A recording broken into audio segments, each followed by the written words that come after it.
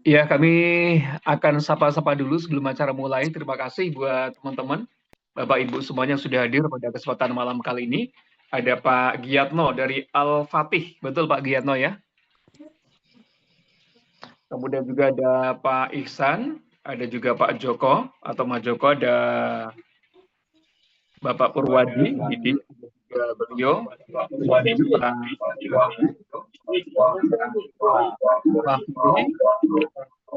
Bapak Arif dari Lenggapah Banjarnegara.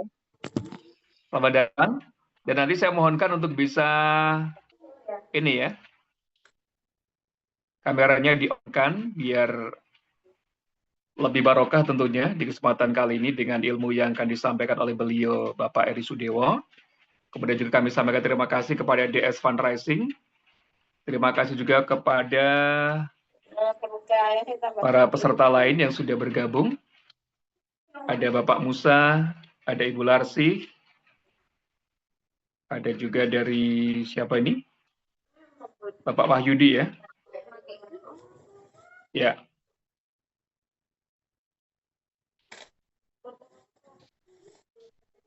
Baik, insya Allah segera saja kita mulai karena juga sesuai dengan jadwal yang kita tentukan bahwa malam hari ini kita mulai di jam 19.45, ini sudah 5 menit ya. Kita langsung saja mulai karena juga mengingat waktu yang ada sambil menunggu para peserta nanti yang barangkali akan menyusul hadir. Baik, kita akan awali dulu dengan Bismillahirrahmanirrahim.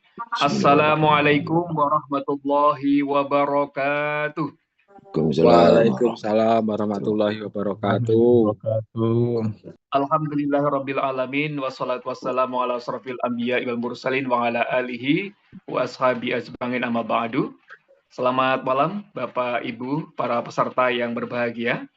Alhamdulillahirabbil alamin, pada kesempatan hari ini kita bisa berkumpul dalam ruang virtual untuk mengikuti kegiatan filantropi masterclass yang diselenggarakan oleh Lembaga Amil Zakat Al-Qayyim Sukoharjo. Dan kami sampaikan terima kasih dan juga penghargaan yang tinggi tentunya kepada Bapak Ibu yang sudah hadir pada kesempatan malam hari ini.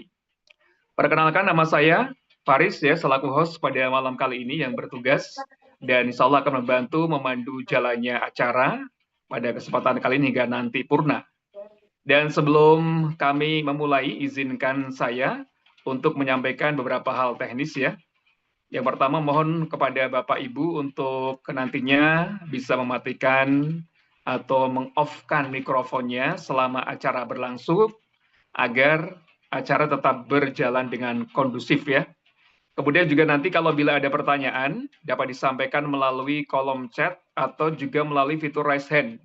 Jadi nanti ada sesi tanya jawab insya Allah setelah Bapak Eri narasumber kita menyampaikan materinya, nanti diperkenankan bagi Bapak Ibu semuanya untuk bisa bertanya, bisa melalui kolom chat yang tertera, atau barangkali bisa melalui fitur raise hand yang tersedia. Dan insya Allah acara ini juga direkam, dan nanti misalkan materi ingin dimiliki Bapak Ibu semuanya para peserta, diperbolehkan ya setelah kegiatan ini selesai. Baik Bapak Ibu yang semoga dimuliakan Allah Subhanahu wa taala. Pada kesempatan kali ini kita akan belajar langsung dari seorang tokoh tentunya yang menjadi salah satu peletak fondasi gerakan filantropi modern di Indonesia.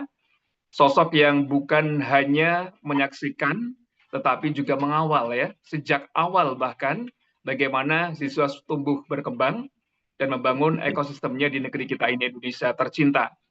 Dan pengalaman panjang beliau dalam merintis Dompet Duafa, Forum Zakat, kemudian juga Institut Manajemen Zakat, dan berbagai inisiatif pemberdayaan menjadikan perspektifnya tentang sejarah dan dinamika awal filantropi siswa sangat otentik, mendalam, dan sulit ditemukan dari tokoh-tokoh lain.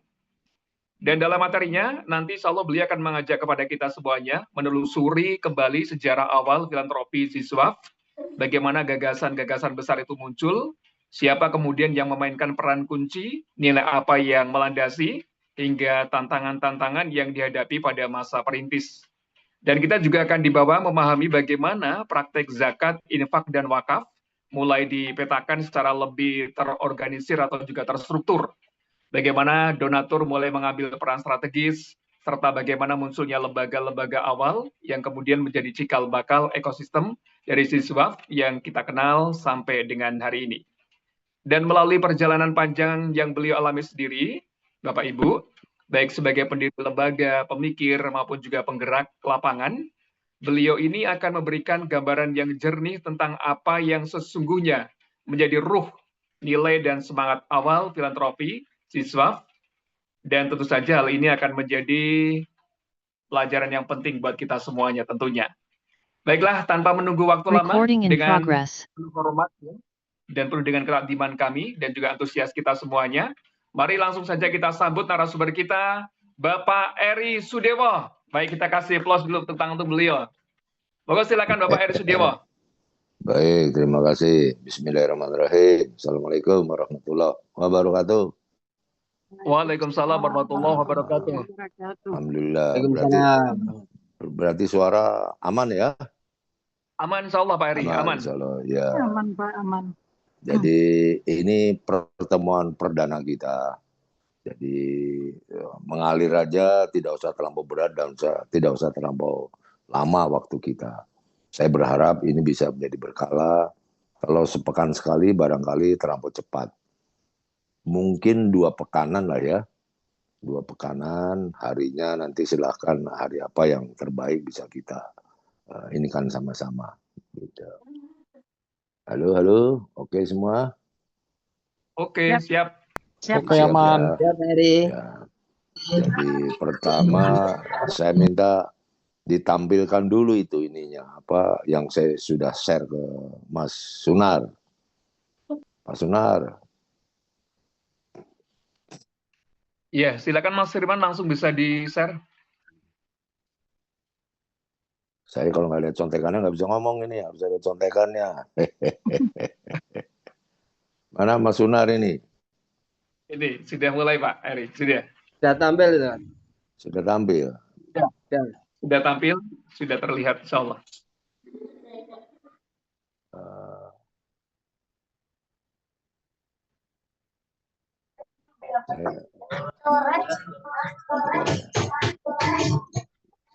Baik, Mas Sunar.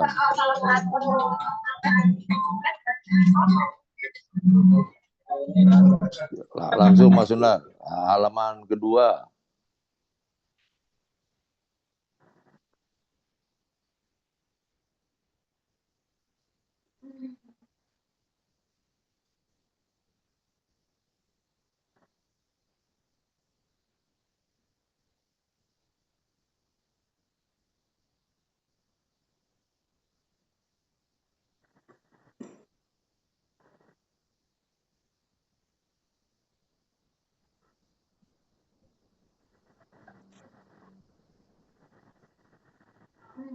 Baik.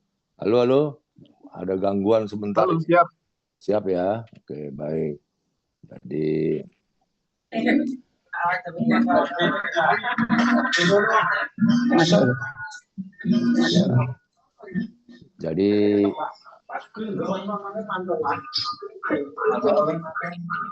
halo.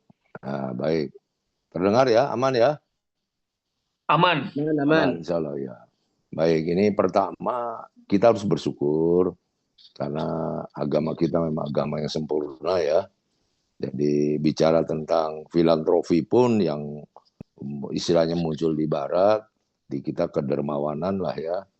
Itu punya konsep yang memang juga sempurna. Jadi ada beberapa yang saya bagi saja ini. Dari fundraising, dari pentasarufan, dari prakteknya, dari kontekstual untuk hari ini. Jadi belakangan. Jadi bicara fundraising, jadi posisi zakat itu wajib. Jadi kalau wajib sudah tidak ada kata untuk tidak mengeluarkan. Ya, ini bukan sunnah, jadi wajib untuk zakat.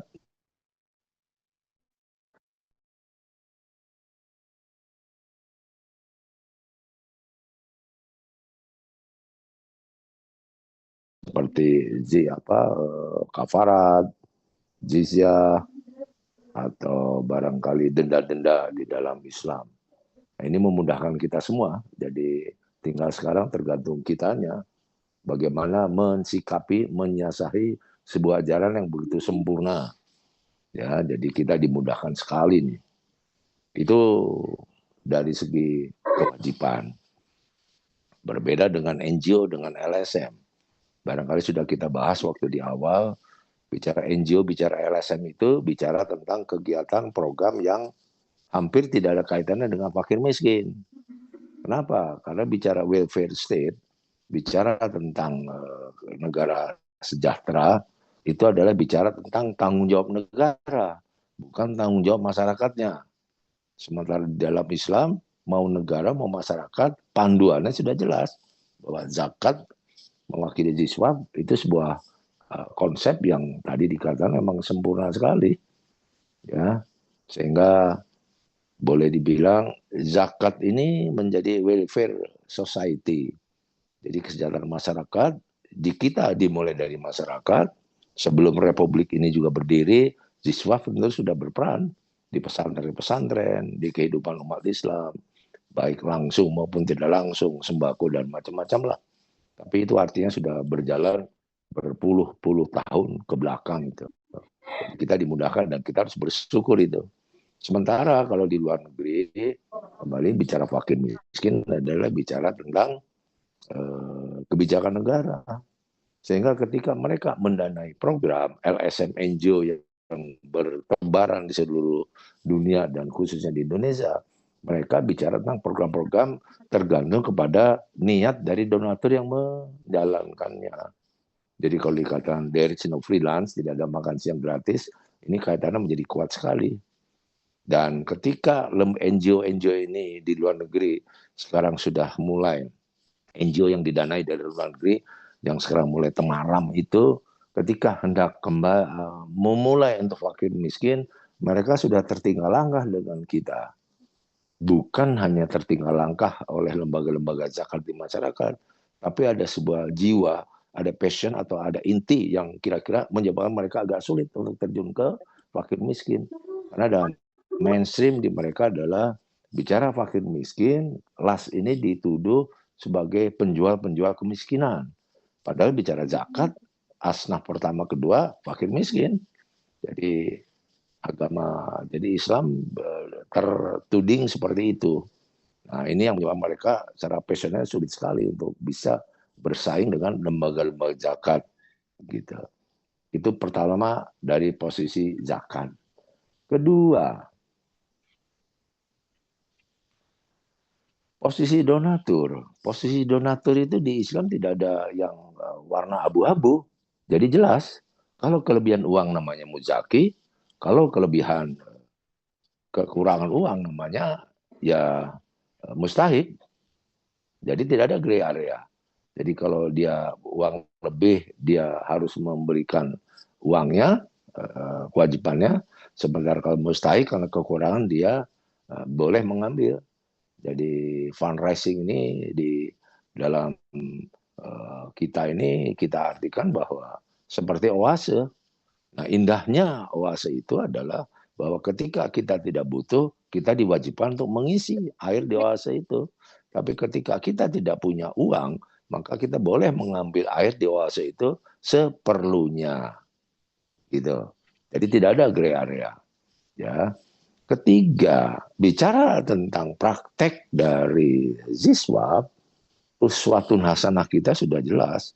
Jadi Rasulullah Shallallahu Alaihi Wasallam dan sahabat-sahabat, nabi-nabi sebelumnya malah sudah memperlihatkan adanya sebuah kegiatan yang kira-kira membuat kita terbelalak bahwa Rasulullah itu memilih untuk hidup sederhana. Tapi ini yang saya dengar bahwa ketika di bulan haji, ketika harus berkurban, Rasul itu berkurban bukan hanya 1-2 unta, puluhan bahkan ratusan unta.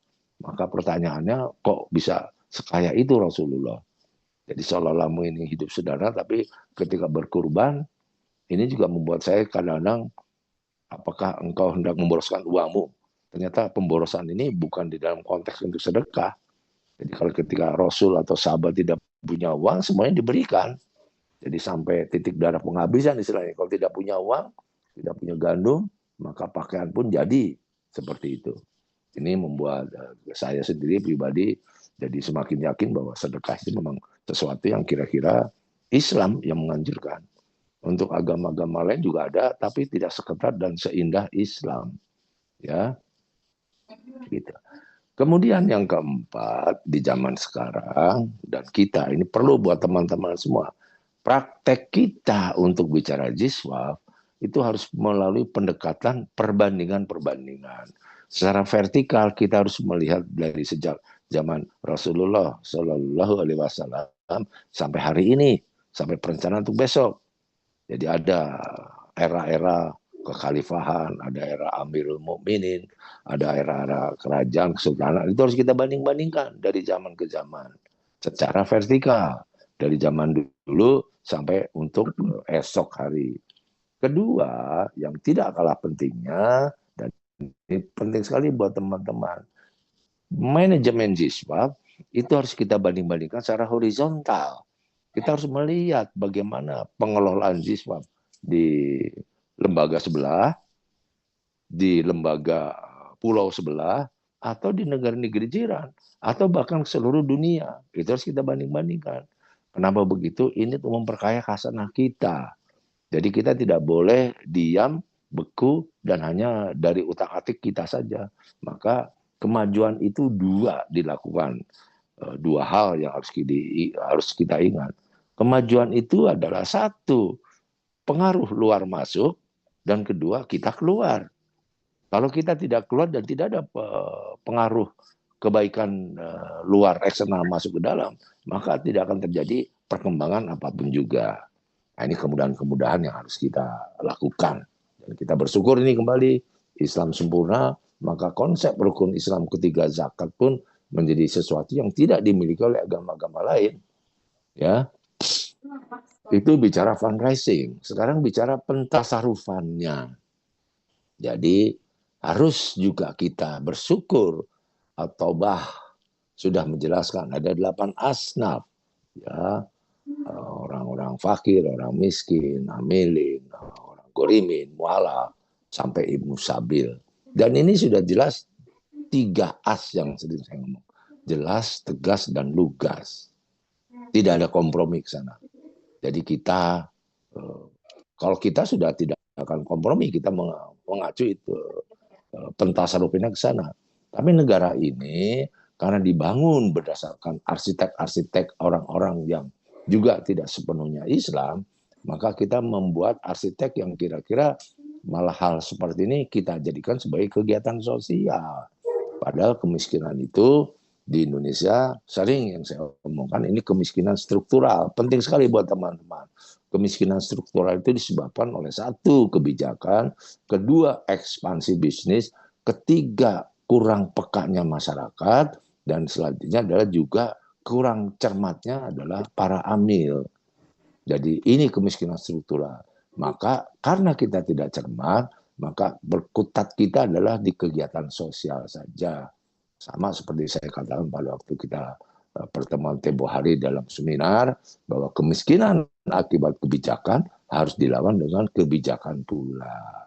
Jadi kemiskinan kebijakan tidak mungkin dilawan dengan kegiatan sosial. Maka bagaimana kita harus melakukan? Harusnya forum zakat itu membahas naskah-naskah akademis yang kira-kira bisa untuk memberikan tawaran kepada negara untuk mengambil kebijakan-kebijakannya. Tapi kalau sudut pandang, cara pandang, visi dari forum zakat hanya mengumpulkan lembaga-lembaga untuk berkegiatan sosial, maka jatuhnya barangkali sama seperti penanganan banjir bandang ini di Sumatera dan Aceh, bahwa itu sangat penting untuk mengatasi bencana penanganan darurat ini. Memang jika tidak ada lembaga-lembaga zakat, pasti pemerintah kedodoran. Tapi sebelum, sedang, dan setelah banjir bandang ini, kita berharap forum zakat duduk bareng untuk membahas kira-kira bagaimana problem dari kemiskinan di Indonesia. Harus ada tawaran-tawaran tentang untuk kebijakan ke depan. Gitu. Mungkin saya belum singgung atau sudah saya pertegas lagi. Pak Kalono itu membuat buku buku berdasarkan dari disertasi. Dan saya membaca bahwa ada 55.000 hektar tanah wakaf terlantar di 440 titik di Indonesia. Itu yang terdata. Yang tidak terdata walau alam. Apakah lebih besar atau lebih sedikit kita tidak tahu. Tapi inti persoalannya adalah bahwa mungkinkah ZISWAF ini menjadi soko guru keempat pembangunan ekonomi Indonesia. Pertama BUMN, kedua koperasi, ketiga swasta. Ini problemnya masing-masing ada. Dan jangan lupa bahwa ZISWAF ini malah mengapa bisa menjadi soko guru keempat, zakat itu wajib. Jadi kalau zakat itu hari ini habis, kewajiban umat Islam yang harus sesuai dengan nisab haulnya harus membayar, harus tetap membayar. Dan kalau memang kita kekurangan, sedekah kita harus berjalan. Jadi ini namanya dana endowment. Jadi soko guru keempat sebagai ZISWAF, sebagai untuk welfare state, maka bisakah forum zakat duduk bareng untuk membicarakan hal-hal seperti ini? Jadi itu yang kita tawarkan. Masalah diterima atau tidak di negara, tapi forum zakat sudah berupaya memberikan kontribusi. Dan ini kan memberikan pencerahan kepada stakeholder, terutama kepada para donatur. Ternyata amil-amil ini, wah keren lah. Ada tawaran-tawaran untuk negara, yang kira-kira negara ini juga butuh masukan. Dan ini kontribusi masyarakat Muslim. Gitu. Dan hal seperti ini kita berharap untuk kita lakukan. Selanjutnya, 8 asnaf itu memang paten sekali, tidak bisa berubah-ubah. Maka teman-teman hati-hati, jangan sampai asnaf fisabilillah kita terjemahkan ke macam-macam. Ya, ini itu. Ini tidak, kalau dia dihimbau betul-betul jangan sampai begitu. Ya. Contoh paling mudah, mengapa pentasarufan ini menjadi keren? Misalnya, kalau kita mengelola anak-anak yatim, cukup kita buka gerai, kita kasih jemuran di luar, atau sendal jepit, atau kita bicara tentang bagaimana kita ingin terjun ke bencana Sumatera dan Aceh, maka jelas bahwa dana akan segera masuk. Dan ini dibutuhkan amil-amil yang kira-kira kuat, cerdas, mentalnya. Jadi ini yang sering atau kita katakan betul-betul sasarannya tepat. Begitu sasaran tepat, income masuk. Begitu income masuk, kelihatan amil-amil bekerja seperti sekarang kepayahan, sudah sepekan lebih bencana ini. Jadi endurance atau daya juang dari teman-teman amil untuk terjun di lapangan itu juga menguras tenaga, energi, dan mental segala macam. Dan mereka juga butuh konsumsi untuk mereka sendiri, ya, dengan kesulitan fasilitas listrik, air di Sumatera dan Aceh ini tentu juga menyulitkan semua pihak, ya. Tapi dengan kerja seperti ini kerja kemanusiaan yang kira-kira hanya kalangan-kalangan tertentu saja yang mau terjun untuk hal-hal seperti ini, gitu. Dan selanjutnya di dalam pentasarufan, maka kita tidak boleh hanya kegiatan sosial saja. Kalau bencana ini memang harus kegiatan kemanusiaan, darurat. Jadi tidak ada kata tidak untuk penawaran seperti ini. Maka ketika di dalam konteks yang normal, apalagi tidak normal seperti bencana badang di Sumatera ini, adakah amil-amil beristihad untuk melakukan terobosan-terobosan? Dan ini pentasarufan yang kira-kira dengan donatur donasi yang semakin masuk, maka istihad ini perlu sekali. Dan sudah diberikan peluang siapa yang beristihad, kalau keliru pun dapat pahalanya 1. Sementara kalau berhasil, pahalanya hanya Allah yang bisa menghitungnya. Jadi keterbukaan kesempatan seperti ini menjadi hal-hal yang kira-kira sangat membuat para amil bekerja bisa dengan lebih baik lagi. Ya. Itu tentang pentasarufan. Jadi sudah tidak usah macam-macam. Fakir miskin, ranking pertama kedua, berikan. Dan mengapa ada Gorimin, mengapa ada Fisabilillah, ada Ibnu Sabil, itu harus kita terjemahkan. Yang ketika lembaga satu dengan lembaga dua berbeda penafsirannya, jangan didikotomiskan, tapi itu adalah menjadi semacam keberkahan. Jadi perbedaan pendapat itu menjadi rahmat. Jadi ini memperkaya hasanah.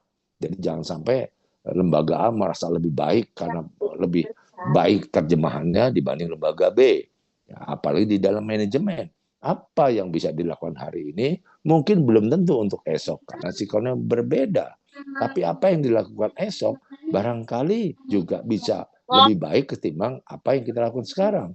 Jadi ketika lembaga A memilih strategi A, lembaga memilih lembaga B strategi B, maka jangan didikotomiskan, tapi dikompradorkan, dikolaborasikan. Ini menjadi rahmat.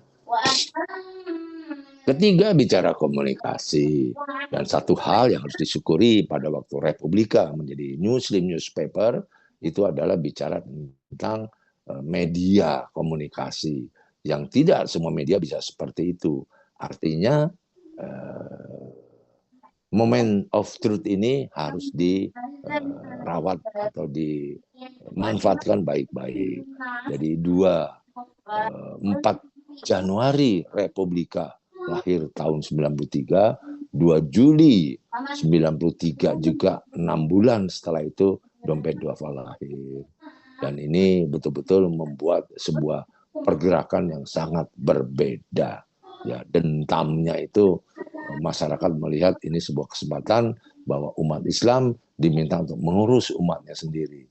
Jangan sampai urusan fakir miskin umat Islam diambil alih oleh sebelah dengan Supermi dan Indomie. Itu bicara tentang komunikasi. Kemudian tausiah kita dari ustadz-ustadz secara normatif ini juga membesarkan hati kita dan sangat dibutuhkan, terutama untuk donatur-donatur yang memang rata-rata awam tentang perziswafan. Jadi ini terus tidak akan pernah berhenti.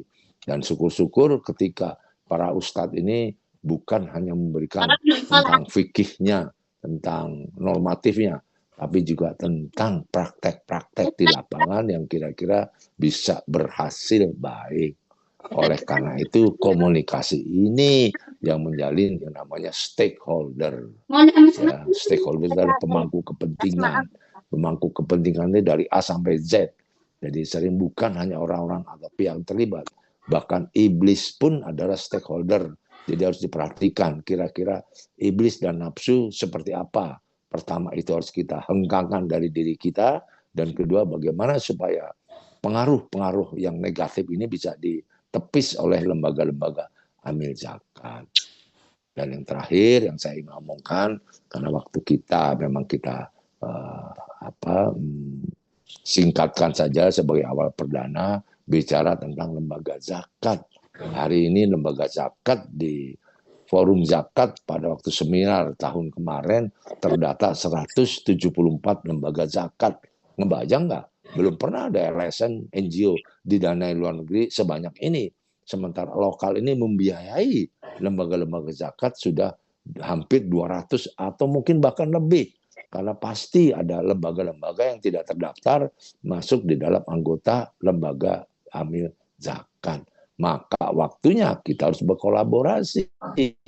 Berkolaborasi antara lembaga-lembaga yang sudah kuat, lembaga-lembaga yang kuat dan belum kuat menyatu, berkolaborasi dan tinggal menawarkan program-programnya. Dan ini menjadi hal penting di dalam pengelolaan Ziswaf. Ziswaf itu wajib, kebutuhan donatur cuma satu. Bagaimana agar dia dapat maslahat, dapat pahala dari dana-dana yang disalurkan. Dan sekarang tergantung amilnya.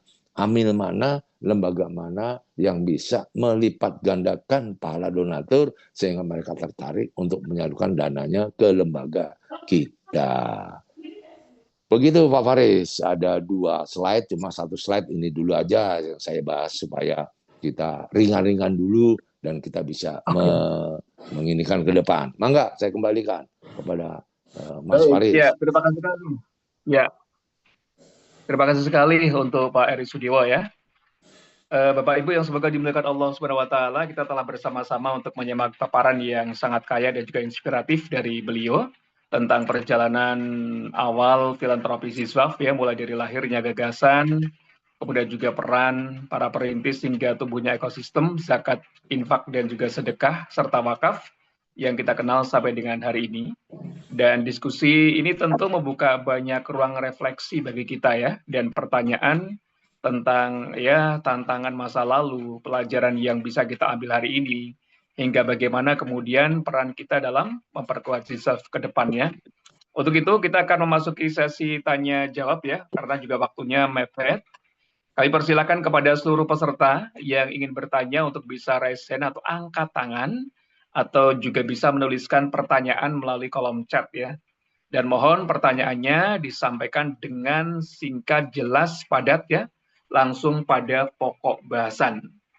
Kami akan mulai, silakan untuk Bapak Ibu semuanya bisa raise hand atau barangkali langsung bisa menyampaikan melalui ini ya, mikrofon nanti bisa di on kan kalau misalkan ada yang mau ditanyakan.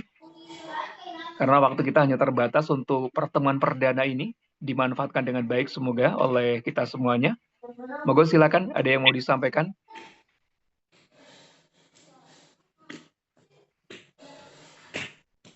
Iya, silakan. Ustadz Mahfudi, langsung bisa di-on-kan dulu mic-nya. Assalamualaikum warahmatullahi wabarakatuh. Waalaikumsalam. Pak Eri, Ya, mangga silakan. kalau misal kita di Lasja sudah resmi ini, Ya, namun belum punya tim pengawal zakat untuk mengedukasi umat itu, bisa nggak gitu ya? Jadi ketika ditanya, Mas tolong zakat kami berapa ini, itu kita kesusahan ternyata. ya, Itu gimana? ya. Sekarang ini, halo, terdengar suara? Terdengar ya? Ya. Nah, sekarang Oke, ini, oke. ya, sekarang ini sudah ada hampir 200 lembaga zakat bahkan lebih. Jadi insya Allah tidak kesulitan. Coba Ustadz ngebayang nggak dulu dompet 2 tahun 93? Itu sendirian itu. Jadi bagaimana harus mencari siasat supaya artinya apa? Nah sekarang Ustadz sudah menjadi leader. Leader itu problem solver. Ada masalah di lembaga sampean diminta untuk bagaimana memecahkannya. Jadi ketika tim kita kurang, gimana caranya kita bisa mencolek tim sebelah untuk membantu kita menjelaskan bicara tentang perhitungan zakat dan macam-macam. Atau memang kita juga mulai mencolek sana sini, kira-kira apakah ada ustadz-ustadz yang mau menyisihkan waktunya untuk membantu kita, dan juga barangkali bisa kita colek juga 1-2 relawan. Insya Allah bisa dengan mudah. Apalagi yang paling pokok adalah sampaian lembaganya sudah terdaftar resmi. Jadi sudah tidak ada hal yang menghambat perkembangan lembaga sampean. Jadi intinya adalah ini problem solver, dan tadi sudah banyak lembaga-lembaga zakat. Tinggal ATM, amati, tiru, modifikasi. Atau ATP, amati, tiru, plek, iya gak apa-apa. Semuanya dapat pahala kebaikan. Gitu Ustaz. Monggo. Halo. Ya gitu, Pak Muhadi sudah terjawab. Gigi, makasih. Baik, moga yang lainnya.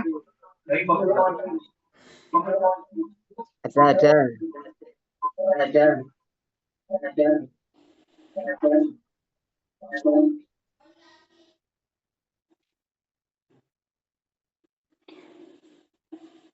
Baik, dari Bapak Ibu semuanya, barangkali ada yang mau disampaikan, didiskusikan malam kali ini dengan beliau, monggo silakan. Bisa juga chat melalui kolom chat yang tertera, atau barangkali langsung bisa menghidupkan mic-nya, unmute ya, atau barangkali raise hand terlebih dahulu. Ya, dari Ibu Nur Hayati, silakan Ibu Nur Hayati. Assalamualaikum warahmatullahi wabarakatuh. Waalaikumsalam. Assalamualaikum warahmatullahi wabarakatuh. moderator Yayasan Al-Qayyim dan guru kita semua Pak Eri yang saya muliakan. Saya bukan pertanyaan, tetapi yang pertama kehadiran saya di acara di Al-Multazam memang barangkali berkah dari Allah. Kejadian ini semuanya, kok saya berada di Jawa, lalu ada musibah bencana di daerah kami, kemudian saya dipertemukan oleh Allah dengan Masterpiece Filantropi dan seluruh saudara-saudara kita yang lain.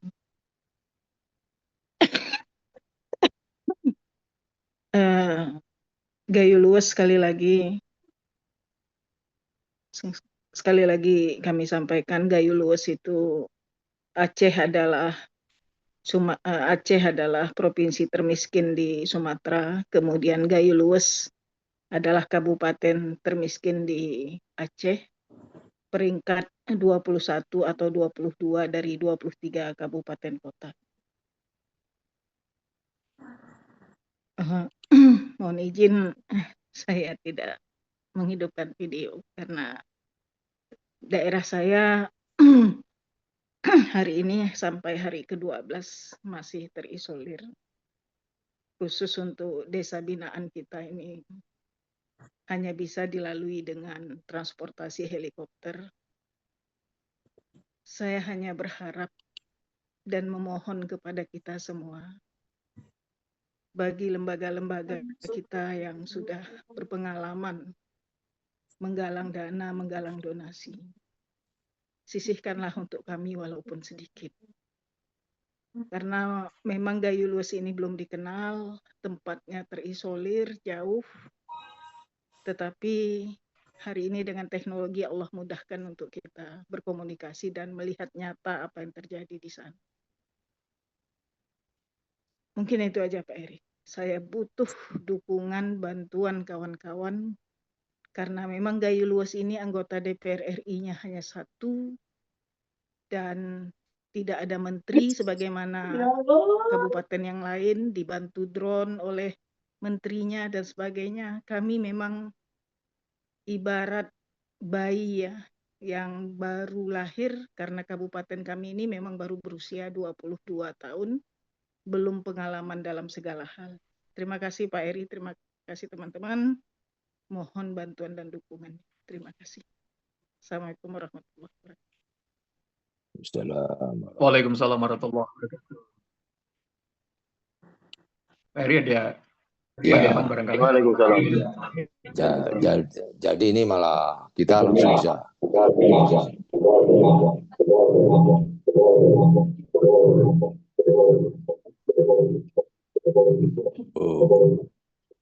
Feedback kayaknya. Ya. Nah, bukan mungkin, ini saatnya kita berkolaborasi. Ya, ini sudah, kalaupun pemerintah belum menetapkan sebagai bencana nasional, karena konsekuensinya banyak lah, tapi kita sudah bisa mengatakan ini bukan cuma bencana nasional, memang bencana kemanusiaan. Jadi kolaborasi kita sekarang mungkin Al-Qayyim juga bisa mendrive kira-kira apa yang mau dilakukan di sana. Kemarin saya rapat di Solo Peduli itu sudah siap bekerja sama dengan militer atau Korem atau apa di Solo ya, untuk mengirim bantuan, apakah melalui kapal atau melalui helikopter. Maka di sini tadi singgung juga adanya drone dan macam-macam. Sekarang tinggal didesain saja oleh tim sekarang ini berkolaborasi berapa dana yang kita masukkan, yang kita himpun, kemudian bisa kita upload ke masyarakat. Kira-kira rencana kita apa? Jadi kalau drone tadi sangat penting,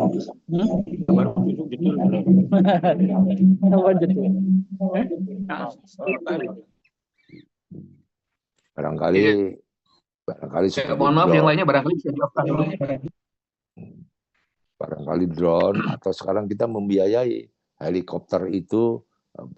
Jadi membiayai helikopter itu bukan berarti tidak punya manfaat untuk masyarakat di sana. bantuan kita memang tidak langsung memberikan konsumsi kepada masyarakat, tapi helikopter atau pengangkut itu sendiri membutuhkan bensin yang kira-kira pemerintah sendiri juga tentu budgetnya tidak ada yang dikhususkan untuk seperti ini. Jadi kita punya kesempatan. Jadi yang paling pokok adalah tadi ada himbauan dari saudara kita Ibu Nurhayati, kita duduk bareng, kemudian Al-Qayyim bisa menawarkan itu untuk dirancangnya. Begitu ini saya, Mas Faris. Jadi kalau nanti Mas Unar butuh ngobrol-ngobrol dengan saya, ayo kita inikan saja untuk merancang perhatian bantuan kepada saudara-saudara kita di Sumatera dan Aceh. Begitu Mas Faris. Baik, ya. Gitu Bu Nurhayati. Dan di sini memang banyak sekali dari teman-teman kita dari berbagai macam lembaga amil zakat yang ada. Yang tentu saja kita sentralnya ya kepentingannya adalah dengan kegiatan kemanusiaan yang ada di Aceh dan juga Sumatera yang perlu kemudian kita saling bahu-membahu satu dan yang lainnya. Dan ini barangkali memang sudah mulai kita lakukan Pak Eri ya di Al-Qayyim sendiri. Sudah mencoba untuk melakukan ya alhamdulillah. Jadi barangkali Pak Winarto selaku direkturnya bisa menyampaikan Pak apa-apa yang sudah dilakukan dari Al-Qayyim sendiri, karena kita juga pinginnya sebenarnya ada kolaborasi yang lebih ya untuk Sukoharjo ini agar betul-betul nantinya ada signifikan yang bisa berdampak positif kepada masyarakat yang ada di Aceh dan juga Sumatera. Pak Winarto, barangkali ada yang mau disampaikan dulu mungkin. Bismillahirrahmanirrahim. Sambil bertanya ini, Pak Eri. Ya, monggo. Kaitannya dengan kolaborasi tadi, ini momennya udah pas sekali untuk kolaborasi, dan kami saat ini memang baru menjalin dengan beberapa mitra, baik itu mitra dari sekolahan, instansi-instansi pemerintah, kemudian juga SD, MI, masjid, terutama masjid di sekitar area Sukoharjo. Kita jalin kerjasamanya untuk penggalangan dana.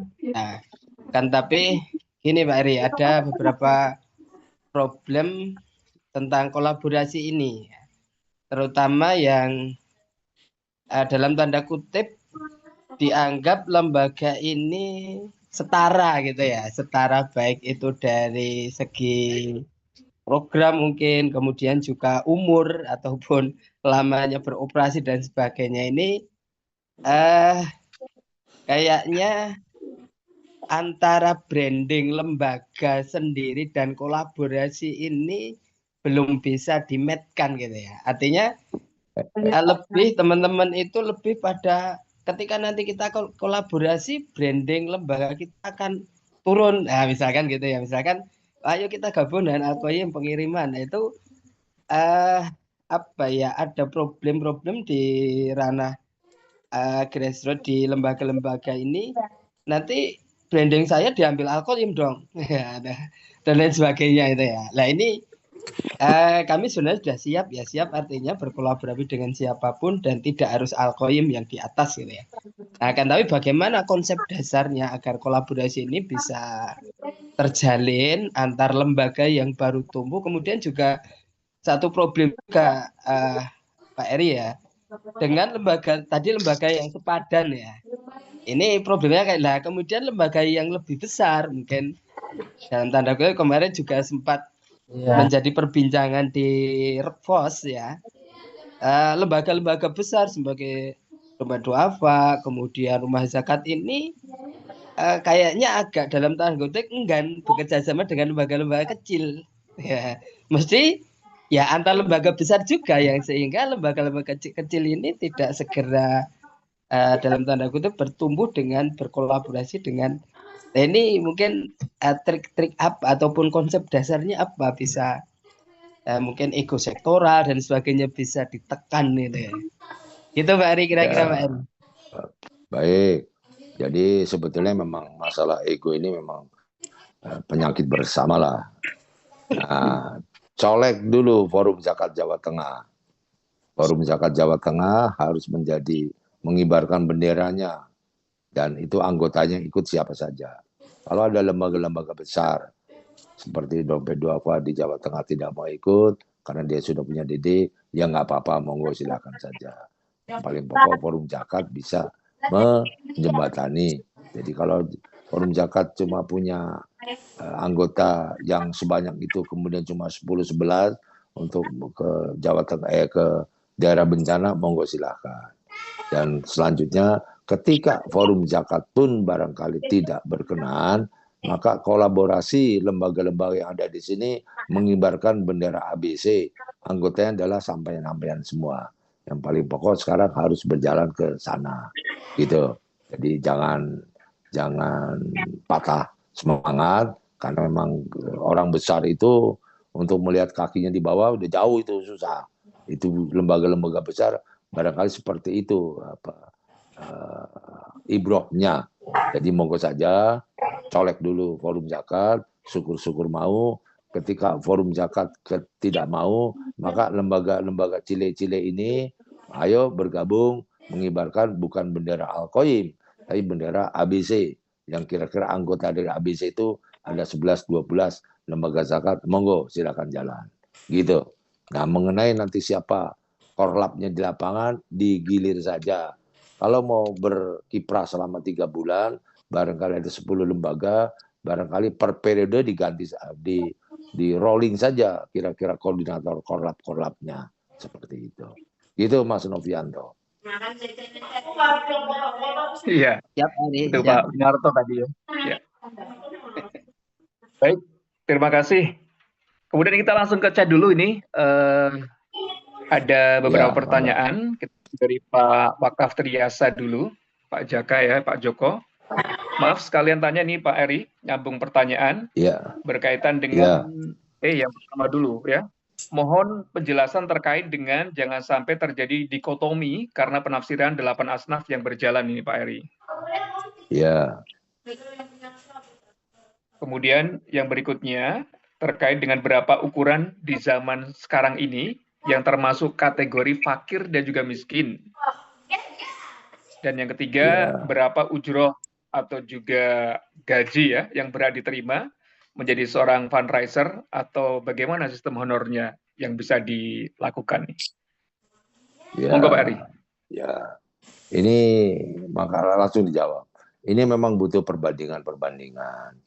Jadi tafsir tadi berapa zakat atau fakir miskin ukurannya antara satu lembaga dengan lembaga yang lain memang berbeda. Seperti di Jakarta, tentu orang miskin di Jakarta makan daging mungkin bisa harian, karena banyak rumah makan Padang itu yang kira-kira sepiring 2 piring sehari mah insya Allah dapat. Tapi orang miskin di, mohon maaf, di daerah pedalaman yang tidak ada rumah makan Padang atau warteg tentu susah. Ini penafsirannya sudah berbeda. Tapi jangan didikotomiskan karena memang sikonnya berbeda. Apalagi kita membandingkan dengan Malaysia. Saya pernah bicara bahwa di Malaysia tahun 98, 97, warga yang berpenghasilan 800 ringgit Malaysia itu berhak dengan dana zakat. Pada waktu itu 2.500. Jadi 8.000 katakan kali 3.000 saja sudah 3,2 juta. Sementara fakir miskin di kita 3,2 itu mungkin masih juga kurang, tapi di sana diberikan. Dan tahun 2010 tahun kemudian di Malaysia jika berpenghasilan 1.300 ringgit Malaysia, di bawah itu berhak dengan dana zakat. 1.300 dikali 3.000, maka berapa itu? 4 juta lebih barangkali. Nah, tinggal kita kalikan saja. Ya. Nah, ini hal-hal yang kira-kira perbedaan. Jadi satu sama lain tentu berbeda sikonnya, dan jangan ini dijadikan dikotomi karena masing-masing tadi adalah berbeda. Kemudian berapa ujrohnya? Ujroh ini juga tergantung kepada kemampuan dari pemasukan dana. Ketika memang dananya kurang banyak masuk, maka bisakah kita mencari amil-amil yang seperti saya lakukan dulu di Dompet Duafa? Saya hampir mencari amil yang masih bujangan. Jadi kalau bujangan dengan sederhana, ente tidur di musola aja, siap, kan gitu. Tapi kalau sudah punya anak istri tentu berbeda. Dan perkembangannya tentu harus diikuti bersama. Tentu harus ada rekayasa supaya program-program bisa disampaikan dengan baik, program-program juga baik sehingga pemasukan dana semakin besar. Jadi ngebayangkan kalau dompet duafa sekarang 400, 500, 600 miliar per tahun dana masuk.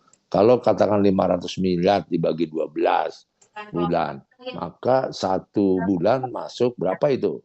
500 dibagi 8, 500 dibagi 12, maka 50 miliar kurang seperti itu. 50 miliar dibagi 30 hari per bulan. Jadi kita bisa membayangkan berapa dana yang harus dihabiskan dan berapa untuk biaya operasional.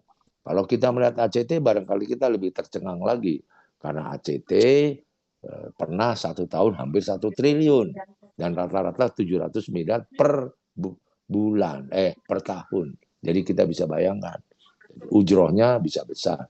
Tapi, kalaupun pemasukan dana besar, kita tidak boleh sewenang-wenang menggaji. Harus dilihat dengan kepatutan. Ini bicara etika. Dan tentu satu lembaga dengan lembaga yang lain juga berbeda.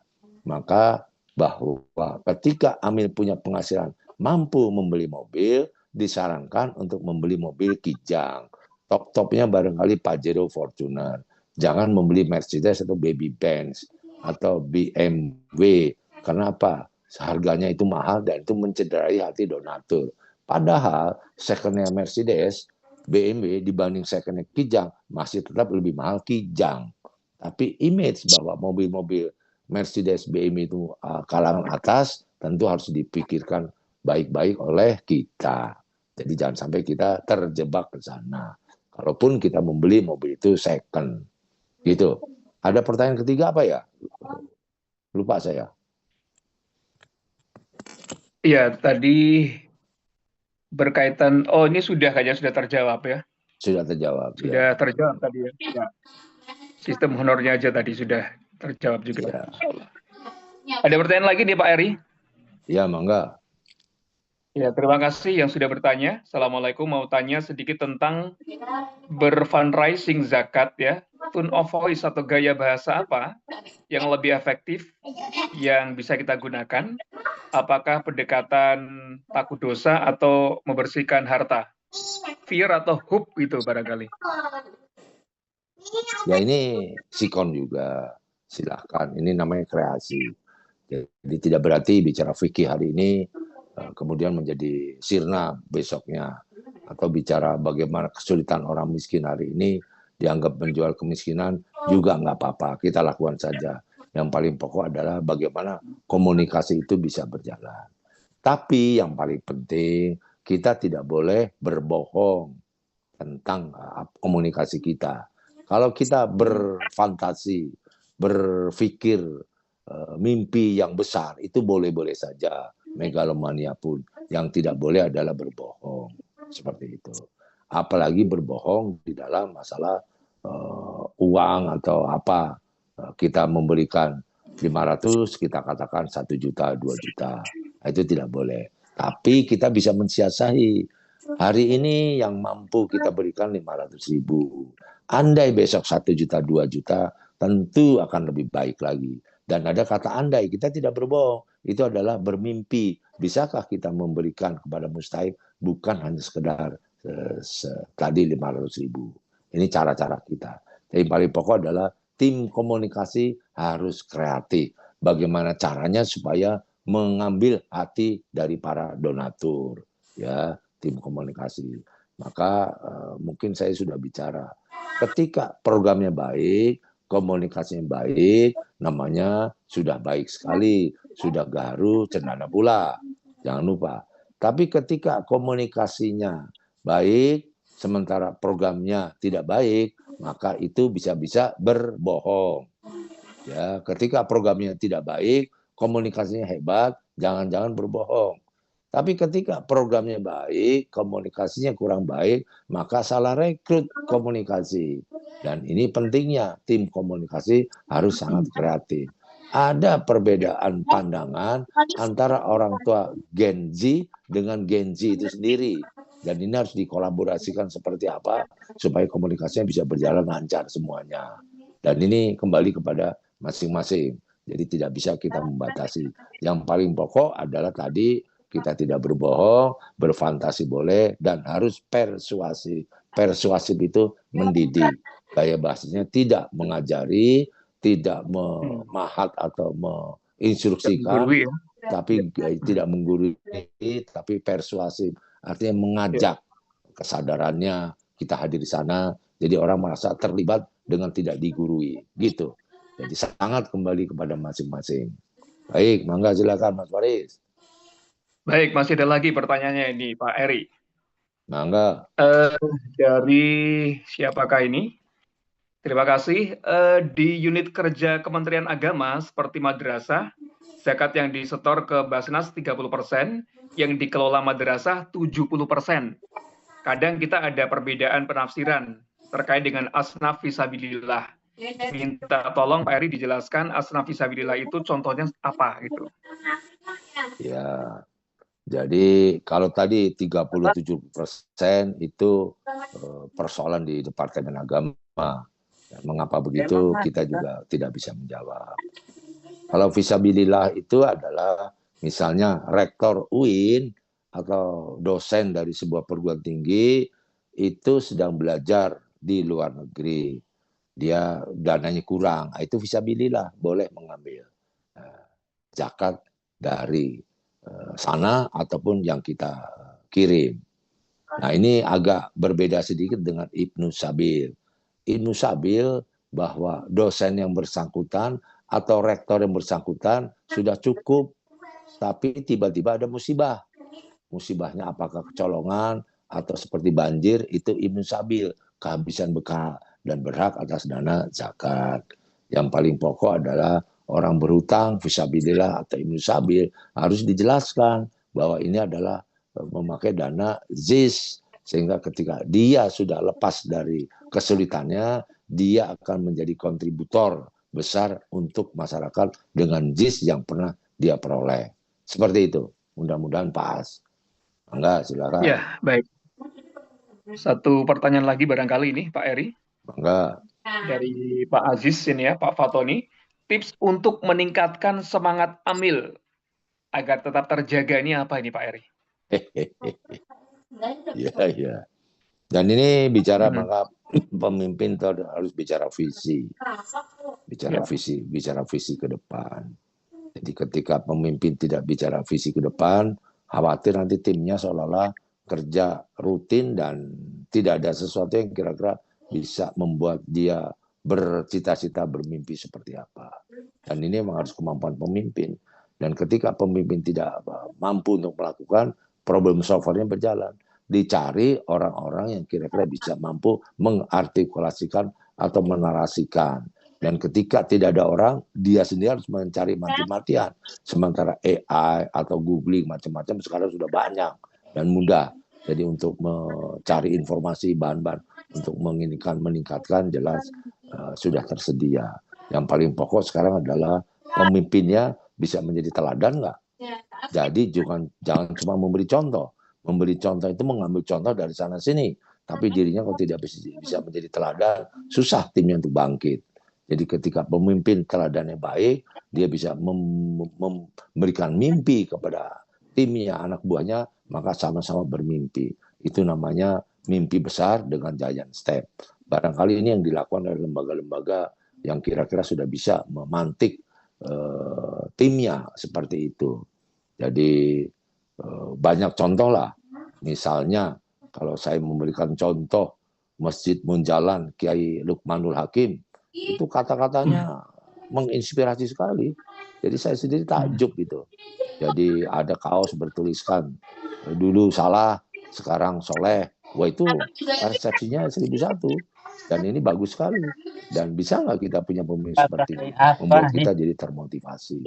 Nah, seperti tadi bahwa kira-kira kalau seandainya Jisfat menjadi Soko Guru keempat ekonomi Indonesia, itu Amil Forum Zakat berdiskusi panjang itu.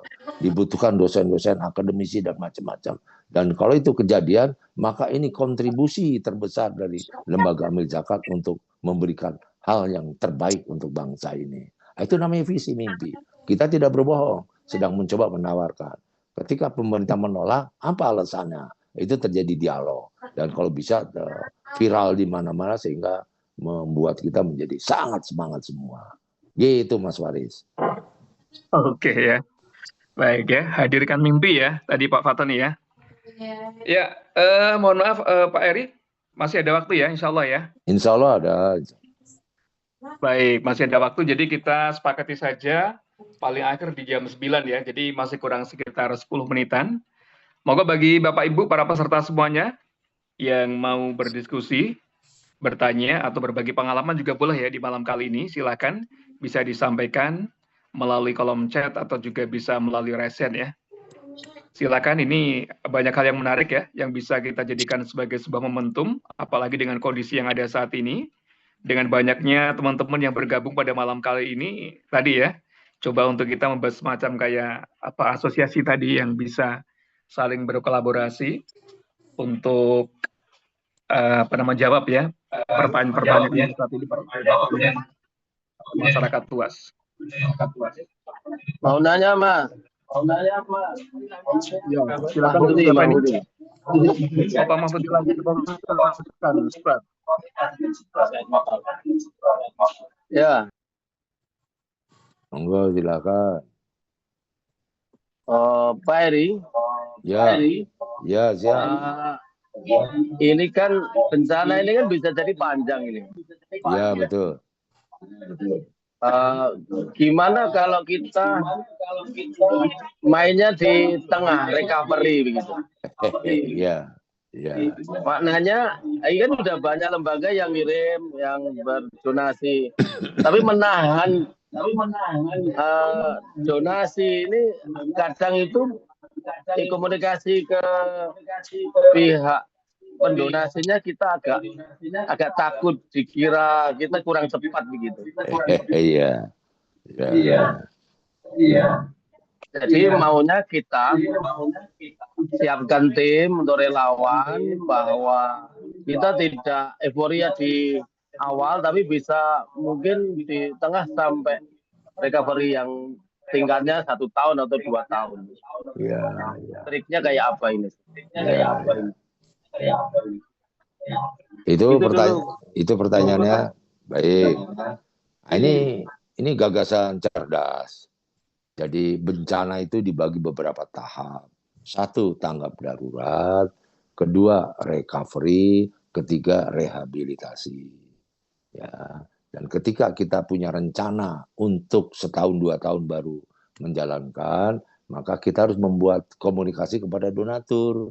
Tapi direncanakan dulu apa yang mau kita lihat. Dan data harus kuat. Gitu. Kalau tadi Ibu Nur Hayati mengatakan di daerah Pining itu nomor 22 atau 23 yang miskin, maka apa saja data di sana, apakah sekolah, apakah penduduk dan macam-macam, dan ini harus kita komunikasikan. Maka dibutuhkan perencanaan yang baik, sehingga donatur melihat seperti ini, maka barangkali pada waktu sekarang donatur ingin memberikan untuk orang-orang yang kelaparan, kesusahan, tapi barangkali 1-2 tahun kemudian donatur melihat program yang kita rancang ini sudah waktunya untuk juga dibantu. Jadi bagi donatur yang juga ingin pahala yang terus mengalir, insya Allah akan memberikan itu. Bahkan dengan dana-dana wakaf barangkali. Yang paling pokok adalah perencanaan kita kira-kira keren nggak? Nah itu yang dibutuhkan donatur. Jadi taktisnya seperti itu. Dan ketika barangkali sekarang kita belum terjun ke sana, maka jangan khawatir kita akan digugat. Nggak usah. Barangkali gini, kita juga bisa membagi. Ada Rp100 dana kita, barangkali Rp20-25 kita berikan untuk sosial sekarang. Tapi Rp75 nanti adalah untuk recovery atau rehabilitasi. Tergantung perencanaan kita. Gitu barangkali, Mas Faris. Enggak. Baik, Bapak Ibu, insya Allah sudah ya. Dari sekian banyak peserta, beberapa sudah bertanya malam kali ini. Pak Eri, barangkali sebelum kita akhiri ada closing statement yang mau disampaikan Pak Eri? Yang disampaikan sebenarnya sudah sering kita diskusikan, dan ini pertemuan perdana yang nggak usah lama-lama lah, yang ringan-ringan, meskipun akhirnya juga nggak ringan karena bicara kemiskinan. Itu bicara tentang masalah esensi harkat kehidupan kita. Dan nanti tinggal kita minta hostnya, karena ini memang diawali oleh Koyim, maka Koyim pun harus bertanggung jawab. Karena Koyim mencari gara-gara awal ini. Sehingga untuk pertemuan-pertemuan berikutnya, apakah 2 pekanan atau bulanan, mangga. Harinya seperti apa silakan saja. Dan barangkali tema-temanya juga bisa Bapak Ibu bisa memberikan usulan tema kepada Koyim untuk dibahas di pembahasan-pembahasan berikutnya. Di samping waktunya apakah memang harus malam atau pagi, siang, sore, itu bahan dari diskusi. Jadi barangkali kalau tidak malam, pagi seperti apa, mangga-mangga saja. Ini terbuka semuanya, gitu. Gitu Mas Waris. Baik, ya. Terima kasih sekali Pak Eri sudah meluangkan waktu bersama dengan kami ya. Kakak juga belum tahu besok baiklah, pulangnya jam Bapak Ibu yang berapa. semoga dimuliakan Allah Subhanahu wa taala. Sebuah awal yang insya Allah menjadi fondasi kuat ya untuk perjalanan keilmuan kita. Kemudian juga kolaborasi di antara kita dan penguatan ekosistem Zizaf ke depannya tentunya. Jadi apa yang telah kita ikuti pada kesempatan malam hari ini bukan sekedar diskusi, tetapi ya semoga menjadi bagian dari ikhtiar bersama untuk membangun kesadaran kita, memperdalam pemahaman kita, dan juga meneguhkan komitmen kita dalam menghadirkan kebermanfaatan yang lebih luas bagi umat tentunya. Baik, semoga pertemuan perdana ini menjadi langkah awal yang baik ya, dan pertemuan-pertemuan selanjutnya akan semakin bermakna tentunya. Dan kami sampaikan terima kasih banyak ya kepada narasumber khususnya dan juga kepada seluruh peserta atas perhatian dan juga partisipasinya di kesempatan malam hari ini. Mohon maaf ya apabila terdapat kekurangan selama acara berlangsung. Dan kita akhiri dengan Mas Waris, sebelum diakhiri kan ada notulen itu. Nanti kakak ditinggal. Itu notulensinya harus dibacakan poin-poinnya pada waktu pertemuan berikutnya. Gitu. Jadi kita nggak lepas itu, gitu. Ya, baik. Usulan. Baik, ya, monggo Mas Waris. Baik, terima kasih sekali Pak Eri Sudewo ya. Baiklah Bapak Ibu yang semoga dimuliakan Allah Subhanahu wa taala, demikian tadi pertemuan kita di malam kali ini, dan insya Allah ke depan nanti akan coba kita rencanakan waktunya ya. Nanti biar beliau-beliau ya, Pak Sunar atau juga Pak Winarto dan juga Pak Mahfudi, karena Al-Qayyim ini yang mengawali ya, sehingga kemudian bagaimana tadi yang dikatakan ya, buat geger duluan, jadi bagaimana kemudian bisa ini berjalan seiring sejalan dan juga seirama tentunya, dan bisa berkelanjutan sesuai dengan apa yang menjadi harapan kita semuanya. Baiklah, marilah kita akhiri untuk malam kali ini dengan mengucap hamdalah dan juga doa kafaratul majelis. Alhamdulillahirobbilalamin. Masjid dikunci, tinggal kakak duduk di luar. Itu di luar ada tempat duduk luas kok. Kakak bawa buku, baca. Terima kasih Pak Eri. Ya, saya pamit ya. Saya pamit. Terima kasih Pak Eri. Tinggal duduk baca buku kayak nunggu kakak juga.